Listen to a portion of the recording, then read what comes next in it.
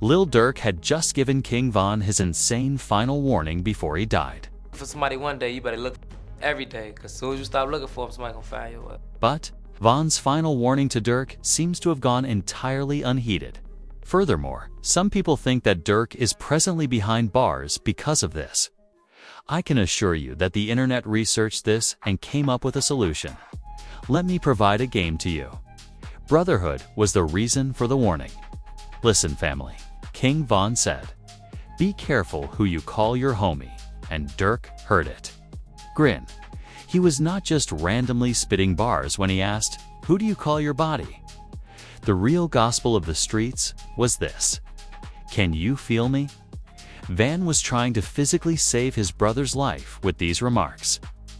And you have to wonder if Durk wishes he had heeded Van's admonition more in light of the current situation with all these snitches showing up in his case.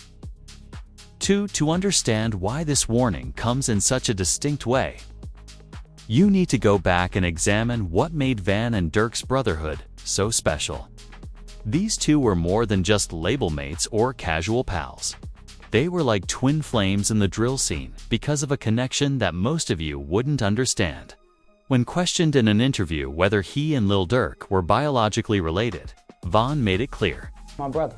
Like, we ain't got the same mother and same father, though, but that's yeah. How'd you guys meet? Growing up, same area, hoods, you know how that go. Do you remember the first time you met him? The first time, nah. We always be outside, deep as hell, so probably the first time. Or maybe what age? Around like 6th grade or something, 7th grade. Did anyone hear that? 6th or 7th grade. These weren't industry friends. They were raised together in Chicago's South Side trenches. They grew up in Parkway Garden homes, popularly known as OBlock, one of Chicago's most notorious neighborhoods. Simply by surviving while growing up in such an environment, the majority of you develop bonds. It was incomprehensible to suburban kids. And it wasn't only their upbringing. Durk saw something special about Von right away. In 2018, he signed Von to his Only the Family label, giving him a platform when no one else would. Such commitment is rare in this snake mother-filled market. When asked why he signed King Von in an interview, Durk responded completely. The whole story behind, you know what I'm saying, he from OBlock. Okay. You know what I'm saying, that should speak for itself. Nah. But, you know what I'm saying, he just real. You know what I'm saying, his music, he just a real just, you know what I'm saying, it's my brother, twin. That twin remark was more complex than it first appeared. In reality, Van was Durk's twin, his other half in the game. When your connection is so strong, you start to notice things that others do not. Von was trying to use his street radar, which was always scanning for fake energy, to teach Durk that information. Take a look at Von's comments about working in the studio with Durk. It's like us hanging out on a regular day. Well, no, how about studio-wise? Yeah, it's the same. We've been in the studio together, you see what I'm saying? Like, we've been in it's just his work ethic, like he can keep going and going and going. He'll make like 100 songs in one night. I only got like 10 in me or some shit like that, you know what I'm saying? But like we're working together, like how we working with each other, it's like, that's my homie, so it's regular, like a regular day, like us just going to kick, it ain't like work, so. Van showed respect and admiration for Durk's work ethic, while being open and honest about their relationship. This was more than just a commercial alliance. Family was involved. Their musical partnerships were also very popular. Unusual Narrative 2.0, That Twin Was Like. Nim. These songs displayed their compatibility and capacity to enhance each other's strengths. They were more than just musicians. They were documenting their real-life experiences in the trenches. However, Van recently fought off a murder charge before gaining notoriety for his rap, making his warning even more powerful. When Von spoke of loyalty and trust, he wasn't just talking theory. He has been in situations where the wrong friend or Brody may have put him in a permanent prison. Van had to engage in physical combat. Shit, I just got to jail for beat a body into attempts. Like, December, got out, start rapping shit. I got the crazy story from the drop. Got the war with us and got problems out. Shit, right now, shit, I'm on the up and coming shit. When asked how he beat that case, Like jury, like, you know, like, you know, jury, yeah, look, you know, went all the way, shit. Imagine spending 3.5 years in prison for a murder charge that might have killed you, only to get out of it and become one of the drill scene's most well-known rappers. Van understood that freedom was fragile and that the wrong person could take it away with ease. When he told Durk to be careful who he named Brody and his friends, he was not just being paranoid. He was speaking from experience. Van has experienced the procedure multiple times. He has seen how brothers alter their behavior when faced with the passage of time. He had witnessed directly the erosion of devotion when pressure starts to come from the federal government. As Durk's case with alleged informants like Jam develops, Van's warning is now being carried out in real time. Together, let's talk about Durk and Von's professional development. While most rappers are focused on garnering popularity and doing whatever it takes to acquire a feature, these two were selective about who they let into their network. They weren't trying to be everyone's friend, since they realized that popularity may be poisoned in this game. Durk claimed in an interview that he can tell the difference between the real and the fake. I know what's real. Interview I'm saying I know a fake conversation from a real conversation. 446-450. Von's caution was meant to instill the same attitude in Durk. In a world full of yes-men and industrial companies, Van was urging Durk to keep the same discernment that had allowed them to escape the trenches. Now, I want everyone to carefully think about the timing of Van's warning. This was not something he said many years ago. This was one of his final texts to Durk. Van seems to have a premonition of what would occur. It's like getting dragged around the neighborhood by the original. He put some knowledge away since he knew he might not have another chance. Before we explore what Von was really trying to tell Durk, let me explain why this warning is even more relevant now, considering all that is going on in Durk's life. The feds are targeting him. Claims of snitching are made. You must also inquire as to whether some of the same friends and acquaintances that Von forewarned about are presently gathering evidence against Smirk. Van understood that love was fleeting and that the streets existed, but betrayal is a constant. For this reason, his warning was more than just counsel. It was predicted. Unfortunately, his death validated his warning. The tragic incidents that validated Van's prudence. November 6, 2020. All drill fans. King Von was shot and killed outside the Monaco Hookah Lounge in Atlanta during a fight with Quando Rondo's crew. The occasion was captured on video, showing Von striking Quando before Tim Leaks allegedly opened fire, killing 26-year-old Van. Van was a very particular kind of individual, as evidenced by the fact that he died in a violent conflict rather than a drive-by or an everyday street incident. Van didn't hide among guns. As he approached Quando, he started with his hands. That vintage enthusiasm is missing from today's streets when everyone wants to skip the fade and go directly to deadly force. When the news of Van's death broke, Durk was live on Instagram. As soon as he learns that Van is being shot, you can see how he immediately stops the feed. "My twin is gone," is what Durk later said on Instagram. "I adore you, baby bro." Droy, can you imagine the pain? You find out while live broadcasting that the person you've known since you were kids, your brother, and your twin are no longer with you. That type of tragedy changes a guy forever. The repercussions of Van's death are where his warning really starts to materialize. As you can see, Van understood that when death enters the picture, alliances shift. People begin to choose sides. And individuals who were once brodies and homies may suddenly become enemies or informants. The conflict between F and NBA youngboy Quando Rondo grew more intense after Van's death. The ridiculous thing is that the beef itself was completely nonsensical. What did young boy do for everybody want me and him and we want to kill each other. Okay, I'm giving, and by the way, I know young boy fans, be wild. I'm not representing his opinion. I'm telling you what I think is. I think that because of that incident, which was very unfortunate at the end of the day, you know what I mean? Like, it's changed everybody's lives irreparably. Yeah, that shit everybody up. When a real gangster, you know what I mean? When a real gangster get took out by like a nerd type. And when asked, Durk elaborates. I forgot. This 2000. What year this is? 2023. 2023. I forgot. Internet run the world. Because if you ask a motherfucker, what did you do? What did he do to Von? Nothing. Okay, cool. So why are you taking real responsibility like you just? You can see how these stories are made up by the industry to encourage violence. Von advises you to exercise caution when choosing who you call. Beyond their interpersonal relationships, Homie and Brody share a bond. It all boils down to carefully selecting your industry partners. For a while, after Von's death, Timbuktua, Lil Durk started crying. He expressed the pain and retaliation via his songs. Songs like Still Trapping from his album, The Voice, which honors Von Durk on the cover, featured venomously, was coping with his loss by creating art. He was certain, nevertheless, that he would not permit Von's death to go unsolved.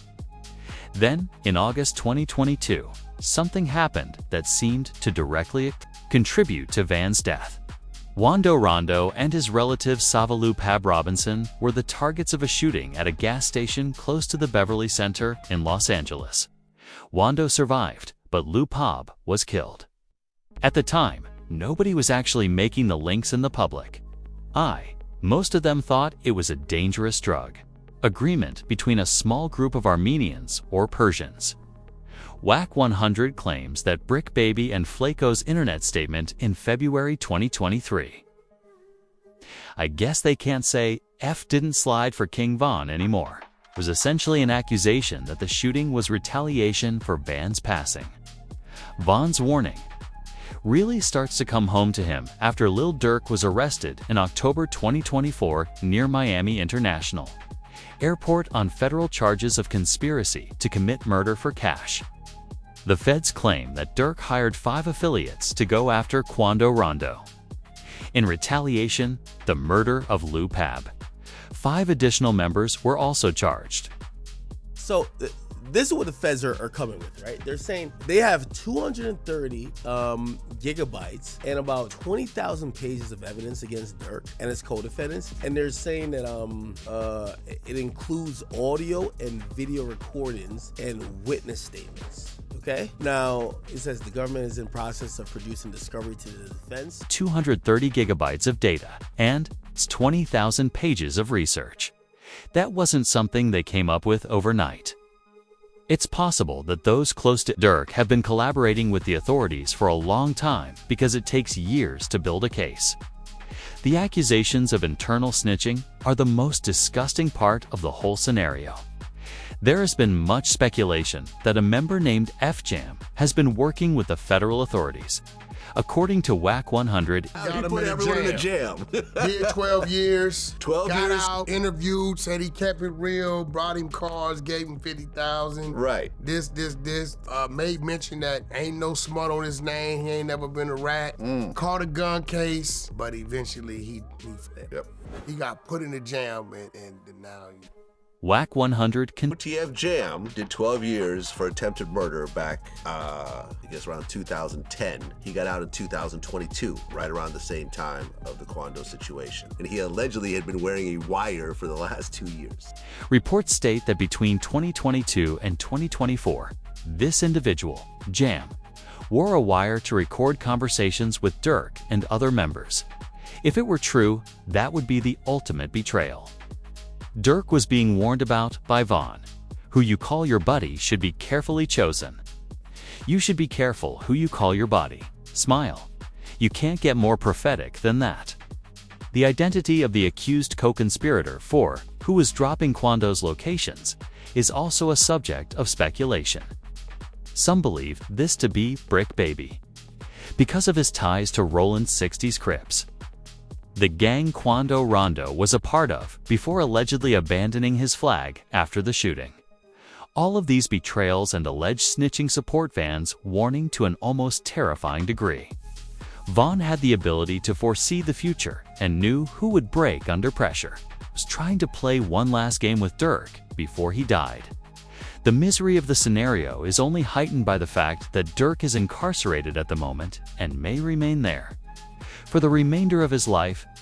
His trial was initially set to start in January 2025, but it was ultimately rescheduled for October 2025. Due to the tremendous amount of evidence the prosecution has gathered. While jailed, Durk seems to be focusing on his spirituality and family. In an interview with federal prison DJ Academics, Durk disclosed DRV. My family, so my wife, 24/7, we be in just prayer. Learning Arabic. I've been in these books heavy, just read up on the history and just everything. I don't really be walking around talking and playing and doing none of that. We'll play basketball, but I always try to stay focused and busy. That's why I don't really talk to the outside like outside of the family, because I don't want to hear all the extra the drama, the shit. I really just, I just really just stay in the learning mode. Prior to everything that happened, Durk had heeded Van's warning. What if he had been more selective about who he allowed into his inner circle? Who he trusted with intelligence and who he put in potentially treacherous positions? Would he be behind bars today? Instead, would he be free? Honoring Van's memory and continuing his musical legacy. This is more than just street code. It has to do with common sense and self-preservation. Van wasn't just giving the same old advice. He was giving Durk the key to living in a culture and profession where betrayal is commonplace. The legacy and deeper meaning of Van's warning. Since every word matters, let's begin by breaking down this quote word by word. Who you call your buddy should be carefully chosen. In street culture, a homie is someone you rock with and who is, though not always, a member of your inner circle. On a basic level, Van is telling Durk to be more picky about who he even lets hang out with Brody. Watch who you call. This impacts differently since Brody is deeper than homie. You consider someone to be your brother if you trust them with your life, your vulnerabilities, and your secrets. Durk should be extremely selective about who gets this much access to him, Van suggests. Smile, given that this is Durk's nickname. The warning is extremely personal. Van isn't just releasing generic music here, Atia specifically cautioning Durk to be more careful because of his position and authority. The dangers of betrayal in their common street life and Chicago drill music are encapsulated in the sentence. Van knew that in their society, misguided trust might lead to death or imprisonment. Look at what's going on right now. Durk faces a life sentence in jail and allegations that his family members have been working with the federal government. It's absurd that Durk warned about fake buddies in a song called Watch Your Homie. Durk knew what Van was talking about, but he didn't apply it rigorously enough to his own circle of friends and family. It's comparable to getting the right answer on a test, but failing it because you questioned yourself. Van's warning was timely, which was another crucial component. Years ago, while they were coming up, he didn't say this. This happened close to the end, when both had achieved levels of riches that encourage greed, betrayal, and jealousy. Came to the realization that the higher you go, the more people like seeing you fall, and sometimes they would physically push you. Now let's talk about Durk's situation as it is right now, and how Van's warning relates to it specifically. The feds claim that Durk put a monetary reward on Wando's life following Van's death and then used F members to carry out the hit. They further said that after Wando was killed, a number of individuals associated with F organized the plot and discussed restitution. The problem was that the federal government needed to be informed of all these internal facts. Researchers assert that TNT be interesting, if you ask me, is going to be the digital evidence, not necessarily surveillance, but it's going to probably be, hey, this is an interview we did with confidential informant, this guy or this woman, and those people are implicated. those people are saying that they had a conversation with you and you told them you'll pay them $40,000 to kill somebody. That's gonna be important. And I think that's where Durk is gonna figure out for the first time, yo, these are the people who have you dead to rights of you being in this murder. That's what Vaughn was warned against. Durk used to refer to the people who would now land him in jail as Homie and Britain. They were part of his inner circle, celebrating his victory while supposedly plotting his downfall. The charges against Jam are really disturbing if true. This man reportedly spent 12 years in prison for trying to commit murder. But Durk welcomed him back and offered him cars and money. For 2 years, he allegedly wore a wire to build a case against the same people who had supported him during his campaign. If it's not a snake, I have no idea what it is. Even more ridiculously, Jam stated on Instagram, "UA, I ain't lying to." Your face about Shat in a formal denial of the snitching allegations. When the discovery is made public, you'll see that I'm not how the feds discovered us or built their case. I'm going to release the paperwork since it's gone. Explain everything. Notice how he addressed us as if he was still a member of F, even. Though he was allegedly involved in their demise. It's ridiculously audacious. There has also been speculation that Brick Baby may have been the fourth conspirator to reveal Quando's whereabouts. Brick Baby has denied these allegations, but his response in a no-jumper interview following the arrest's announcement led many to assume he was somehow involved. All of this betrayal and backstabbing was exactly what Vaughn was. I was trying to warn Durk. The tragedy is only made worse by the fact that Van himself became a victim of someone with whom he perhaps shouldn't have had a falling out in the first place. Quando Rondo's whole situation is a perfect example of what happens when miscommunications and egos lead to unalterable consequences. In a 2024 interview, Wavwando Rondo expressed regret about the feud with Vaughn, saying, "All of that we are discussing is dumb. The feud was controllable in a very other way. This may have resulted in the release of a song and $3 or $4 million. There were valid musical approaches to it. Too little, too late. There is no more Vaughn." Durk's perception of reality isn't improving the situation on the streets. Thus, Van's warning extends beyond his connection with Durk. It acts as a cautionary tale for the whole society. Let's talk about the wider cultural implications of Van's warning. Deaths, betrayal, and violence have been frequent occurrences in the drill scene, especially in Chicago. Chief Keef, King Von, FBG Duck, and Lil Jojo. The number of artists who have been murdered or imprisoned is enormous. This is a situation where violence both celebrates and destroys. Van was more cautious than just watching for snitches or agents. It was about being more selective about the people you choose to spend time with. For a while, because in today's music industry, especially in drill, your circle can determine if you end up in jail or in a coffin. And see how Durk is acting now that he's behind bars. His top priorities are spirituality, family, and personal growth. You know, ain't nothing changed, bro. I just been focused on life, you know, my family and stuff like that. I'm trying to learn how to speak Arabic again. When academics asked Durk about his family, he made it clear who he now prioritizes. Family good. You know, I talk to them. That's the only people I talk to is just family and my lawyer, for real. Just keep my spirits up, keep my energy pure. Now it seems that Durk is doing exactly what Van had advised. However, detention in a federal jail was necessary to do it. His circle is currently getting smaller. Just his family and his lawyer. No Brodies, no homies. Only those who are absolutely important to his legal status and well-being. What if he had adopted this way of thinking sooner? Maybe he wouldn't be in this situation if he had truly heard Vaughn say, "Be cautious who you choose to call your Brody. Grin, be careful who you name your homie."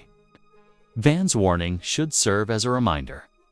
How many more talented artists must die at the hands of crime or the jail system before we recognize that many are being killed? Not at all. This brings us to the implications of Van's warning for the future. Durk's trial is now scheduled for October 2025, and he could be imprisoned for life. His best chance is that his lawyers will be able to identify weaknesses in the prosecution's case, or that the testimony of the putative cooperators is inconsistent with the culture. Be careful who you call your friend. In reality, Van's warning was more than just common sense. Everyone from all walks of life can benefit from this survival advice. Brody is basically telling you to be careful about whom you confide, in whom you allow close to you, and with whom you disclose your secrets. Why Vans? Before rappers realize that the streets don't love anyone back, how many more King Vans must we lose? Van was speaking from experience, which made the warning much more powerful. He had been through the process multiple times, had seen firsthand how people change when faced with time, and knew how brittle street allegiance can be when one's freedom is at stake. Van wasn't just talking. Durk was being given the game he had learned the hard way. Given that Durk is already dealing with these murder-for-hire accusations, possibly with assistance from alleged members of his own group, Van's warning also seems almost prophetic. Think about it. Durk and Von went through a lot together. After being arrested in Atlanta for a shooting in 2019, Durk was released on $250,000 bail, and Von on $300,000 bond. Durk's charges were later dropped in October 2022. But that experience alone should have shown them who was really down and who wasn't. When asked what he likes best about working with Durk, Von gave the following response. Like, he a veteran now, like, you know, like I'm a rookie. He like, who do I could put this shit like basketball, that's like Kobe right now, you know what I'm saying? I'm like a rookie, so right there, right here, this time better like this time, yeah. Van saw Durk as a mentor, likening their relationship to a child studying Kobe, and felt compelled to warn him because of his respect and admiration. Knowing that Durk had progressed to a point where vultures and snakes would be circling, seeking any opportunity to take advantage of him. Let's talk about something that further complicates the whole situation. While Durk is imprisoned on these serious charges, other artists continue to participate in the cycle of violence that Von was warning about. What would have been one of the most important careers in drill history was cut short when Van died at the age of 26. His narrative skills were unmatched.